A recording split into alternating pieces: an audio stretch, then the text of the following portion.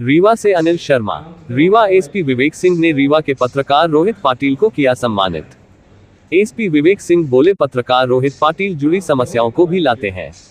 अब बात करते हैं पत्रकार रोहित पाटिल की। क्यों किया एसपी ने सम्मानित? तो बैकुंठपुर के गांव से 3 बच्चे घर वालों से नाराज होकर निकले थे।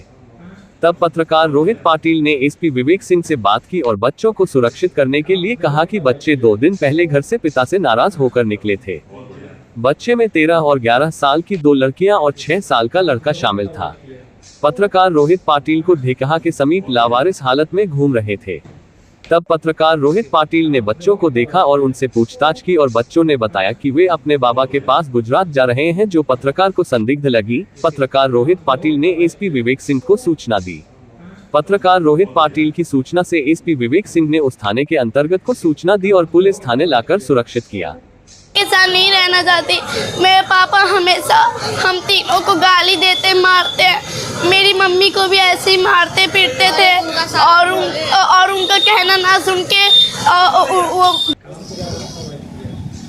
क्या नाम है आपका? रोहित पाटिल, पत्रकार रीवा।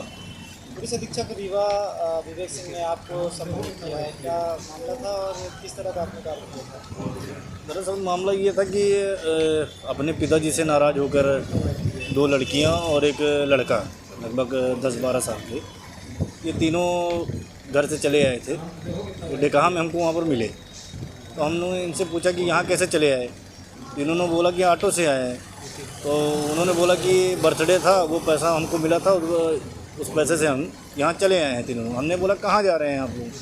तो उन्होंने बताया कि हमारे पिताजी हमको बहुत मारते पीटते हैं, मैं अपने पिताजी के पास नहीं रहना चाहता, तीनों को मारते हैं।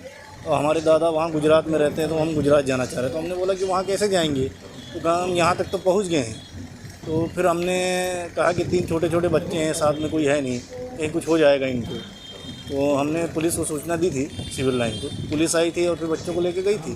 तो उसके बाद हमने एसपी साहब को भी जानकारी दी कि सर ऐसा ऐसा मामला है और ये 3 बच्चे आ गए हैं।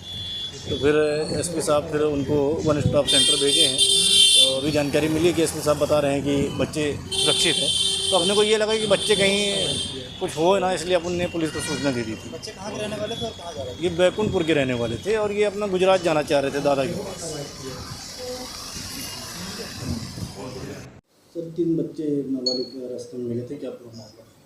ये एक हमारे पत्रकार साथी रोहित के माध्यम से एक जानकारी मिली थी कि वो पुराने बस स्टैंड पे 3 बच्चे, 2 लड़कियां और एक लड़का, करीब ये 8 साल से 10 साल के हैं, और ये बस स्टैंड पे थे और घूम रहे थे। और पत्रकार साथी को लगा कि कहीं गलत उस न चले जाएँ, तो उन्होंने फिर पुलिस को सूचना दी। और जब इनसे बातचीत की बच्चों से, तो ये पता चला कि ये बच्चे अपने घर से अपने पिता के द्वारा गलत व्यवहार करने से, मारपीट करने से घर से भाग आए थे और अपने बब्बा के यहाँ गुजरात जाना चाह रहे थे। और जिसको फिर पुलिस के जानकारी मिलने के बाद हमने इनको CWC सिंगरौली को सुपुर्द किया। CWC ने VC के माध्यम से इन बच्चों की बात सुनी है और परिवार को भी बुलाया है और इनके उचित निराकरण का प्रयास कर रहे हैं।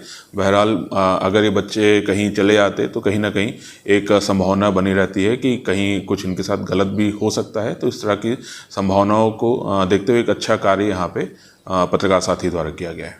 बच्चे कहाँ से? ये बच्चे बैकुंठपुर थाना क्षेत्र के मूलतः रहने वाले हैं, खमरिया गांव का बता रहे हैं।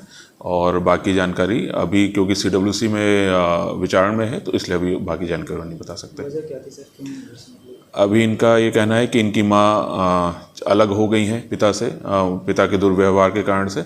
और पिता इन बच्चों को भी कुछ मारपीट वगैरह करते हैं, ऐसा बच्चे बता रहे थे। और इसकी वजह से फिर वो अपने बब्बा के यहाँ जाना चाह रहे थे। सर इन्हें पैसे कहाँ से मिले, क्या जानकारी?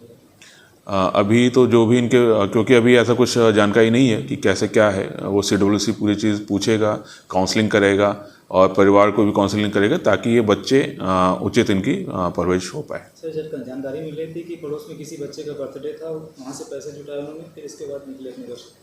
ये पूरी चीज़ उसमें आ जाएगी, क्योंकि हम इसमें डायरेक्टली हम विवेचना नहीं कर सकते, जांच नहीं कर सकते। तो CWC इसमें जैसे भी करेगा, अगर हमको कुछ निर्देश देता है कुछ आगे जांच के लिए, तो बिल्कुल उसके बारे में हम पूछताछ करेंगे। वर्तमान में बच्चे कहाँ हैं?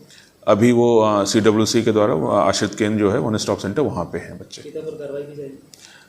CWC इसके लिए पूरा निर्णय देगा और अगर वो बताते हैं अपनी कार्रवाई करने के लिए तो हम उसमें कार्रवाई करेंगे।